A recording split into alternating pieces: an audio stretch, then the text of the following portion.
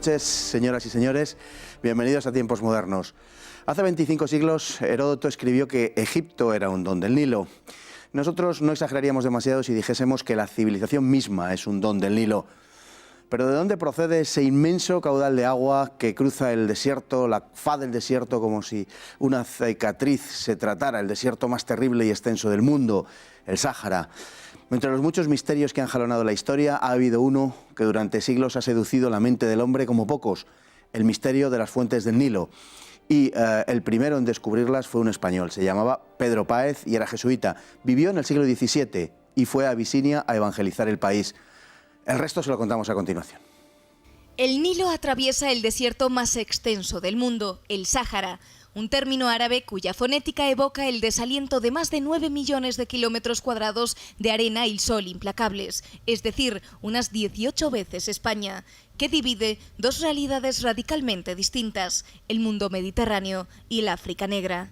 Durante largos siglos, el desierto constituyó una formidable barrera para poner en contacto ambas realidades.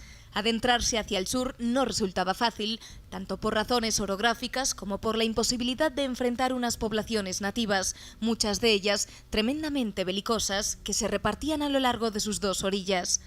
Las expediciones antiguas nunca pasaron más allá de Meroe, aún al norte de Jartum, aunque el faraón Ptolomeo II tuvo noticia de que las crecidas del Nilo en Egipto se debían a las lluvias del macizo etíope. Como estamos acostumbrados a considerar los ríos en términos de longitud, suelen estimarse como sus verdaderas fuentes aquellas situadas más lejos de las desembocadura, más aún en el caso del Nilo, al ser el primero o segundo río en longitud del mundo, según se mida. Pero si bien este es un criterio plausible, no lo es menos el señalar como nacimiento de un río aquel que se corresponda con el afluente que mayor caudal aporte. Si nos atenemos a la longitud, las fuentes del Nilo habrían sido descubiertas por los británicos Barton y Speke a mediados del siglo XIX. Pero si consideramos que el 80% del agua del Nilo procede de la rama conocida como Nilo Azul, entonces el descubrimiento se debe a un español, madrileño de Olmeda de las Fuentes, para más señas, llamado Pedro Páez. Pedro Páez, un jesuita del siglo XVII, dedicado como tantos otros jesuitas de su tiempo a la misión y a la conversión de los pueblos, viajó por Oriente hasta el asentamiento católico de Goa, una de las bases de la orden desde donde partió para Etiopía. Etiopía, conocida entonces como Abisinia, era un antiguo reino cristiano convertido en el siglo IV y que profesaba la fe ortodoxa copta. No eran pocos los que consideraban que el reino abisinio era el mítico reino del Preste Juan, un pretendido reino que se extendía por Oriente en medio de un océano de hostilidad musulmán. Hacia allí se dirigió Páez, pero fue engañado por un comerciante y pasó 7 años cautivo junto a Antonio Montserrat, otro misionero que murió al poco de salir de prisión. Antes habían recorrido juntos los desiertos arábigos en terribles caminatas por parajes tórridos de los que llegó a pensar que nunca escaparía.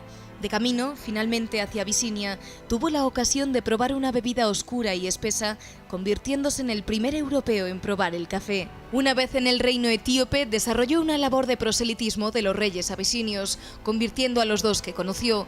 Viajando con el segundo, tuvo ocasión de explorar el lago Tana, alcanzando las míticas fuentes de un río de leyenda, a pesar de que Páez tenía perfecta conciencia de qué era lo que estaba contemplando y de su carácter histórico, dejó escrito con su característica modestia: confieso que me alegré de ver lo que tanto desearon ver antiguamente el rey Ciro y su hijo Cambises, Alejandro Magno y el famoso Julio César.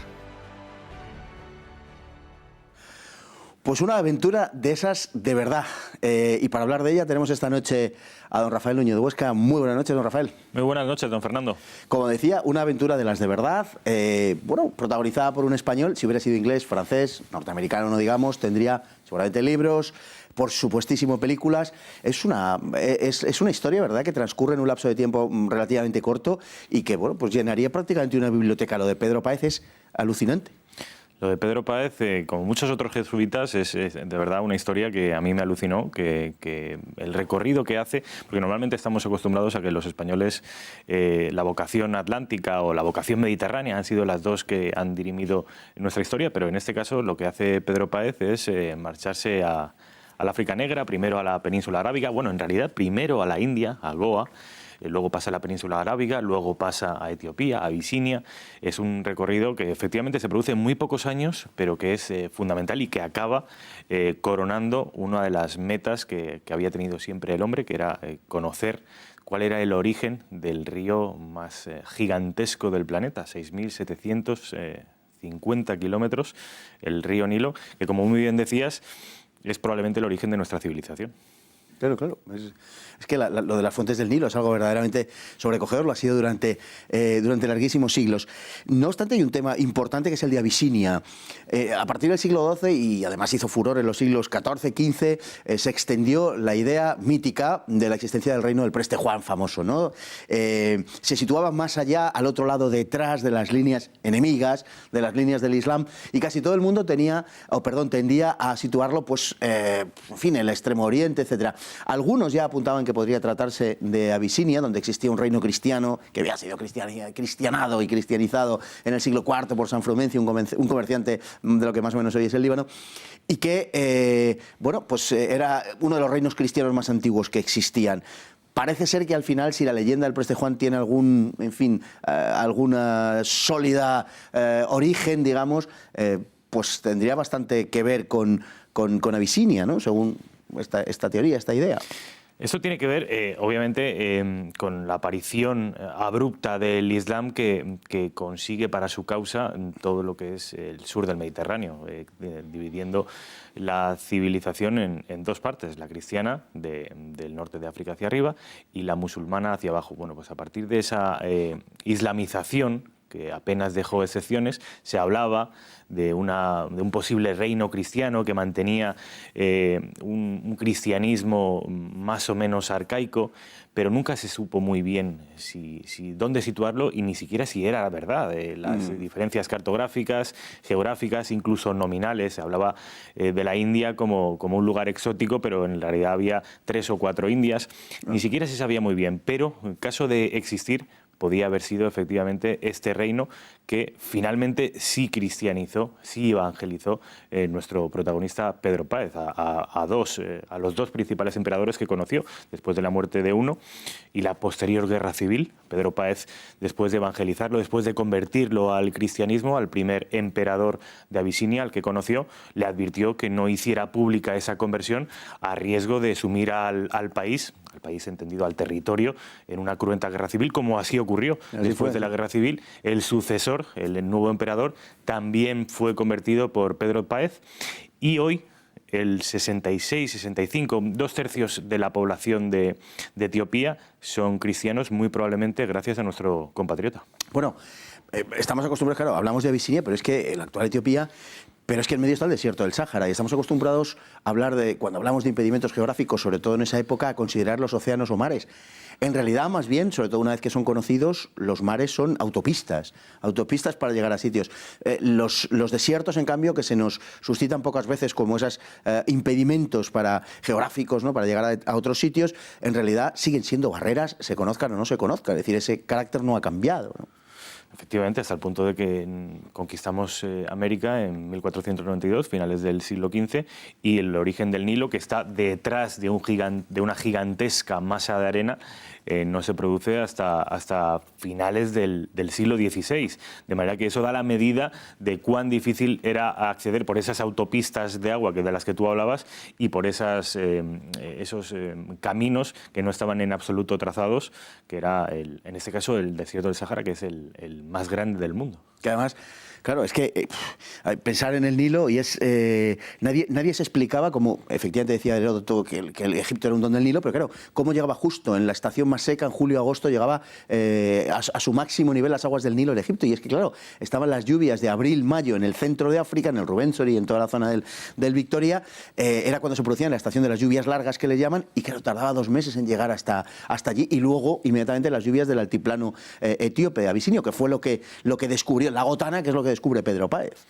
Efectivamente, precisamente por esa masa gigantesca de arena que era el Sáhara, los europeos no podían imaginarse que más hacia el sur iba a haber un subcontinente de clima tropical, frondoso, verde, con gigantescos bosques.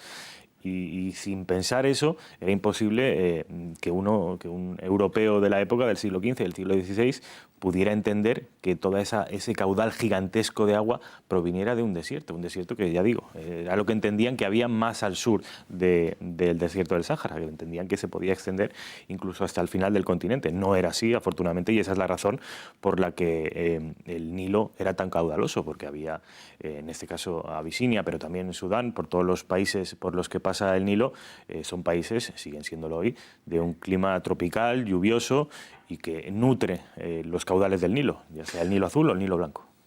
Bueno, antes de esto tenemos la historia de Pedro Páez, que sale de la India, que se dirige hacia Abisinia, que es engañado, que es llevado como esclavo. Bueno, es una aventura absolutamente que lamentablemente no tenemos tiempo en este espacio, pero por lo menos sí para enunciarla. Es reducido a la esclavitud, atraviesa los desiertos del sur de Arabia, es el primer hombre que toma café, el primer europeo que toma café, no el primer hombre evidentemente, y acaba llegando a Abisinia, pero claro, está 7 años prisionero. Es una cosa verdaderamente increíble. 7 años padeciendo junto con otro jesuita, con Antonio Montserrat, 2 jesuitas, uno catalán y uno madrileño, que se forman en España, pero principalmente en Portugal. Precisamente por eso hay cierta controversia con respecto al origen nacional de Pedro Páez, finalmente, y como ha quedado atestiguado, es español, pero sí que es verdad que ese periplo por los desiertos arábigos consiguen no acabar con Pedro Páez, pero sí con Antonio Montserrat, que ya no se consigue recuperar de ese tránsito por los desiertos de Arabia, y solo es Pedro Páez el que pasa al subcontinente, el que pasa a Abisinia y descubre el Nilo, prueba el café, convierte al cristianismo a los emperadores, en fin, es el que concreta y culmina esta hazaña que yo te tengo que decir que la descubrí gracias a un libro que se llama Antes que nadie, de un señor que me suena y que tienen ustedes aquí delante. Bueno, muchas gracias. Bueno, al final, como resumen, digamos, como corolario de lo que es Pedro Páez, descubre el Nilo azul, descubre para Europa, para los europeos, el café y evangeliza a 2 reyes. Catoliciza, convierte al catolicismo a 2 reyes. Casi es un resumen de lo que son los españoles en la historia, por lo menos en esta época. Esa es la vocación además, según Marcelino Menéndez y Pelayo, la Luz de Trento, Espada de Roma, esa es nuestra identidad, no tenemos otra. Y a mí me parece efectivamente que lo que hizo Pedro Páez no fue otra cosa que aventuras y una vocación religiosa llevada al extremo también en lo geográfico. Es decir, si nosotros evangelizamos todo un continente americano, nuestra labor de evangelización no conoce límites, y el periplo de Pedro Páez es un ejemplo clarísimo. Estuvo en la India, estuvo en la península arábiga, estuvo en África y, repito, es muy importante, hoy 2 de cada 3 etíopes son cristianos precisamente por la labor de Pedro Páez. Pues, bueno, como decimos, un buen corolario, un buen resumen además de lo que ha sido la labor de los españoles en la historia, por lo menos en este periodo. Una vida llena de aventuras, la de Pedro Páez. Muy buenas noches y muchísimas gracias, don Rafael. Fernando. Y a ustedes también, muchísimas gracias por estar ahí día tras día, noche tras noche. Muy buenas noches y hasta mañana, si Dios quiere.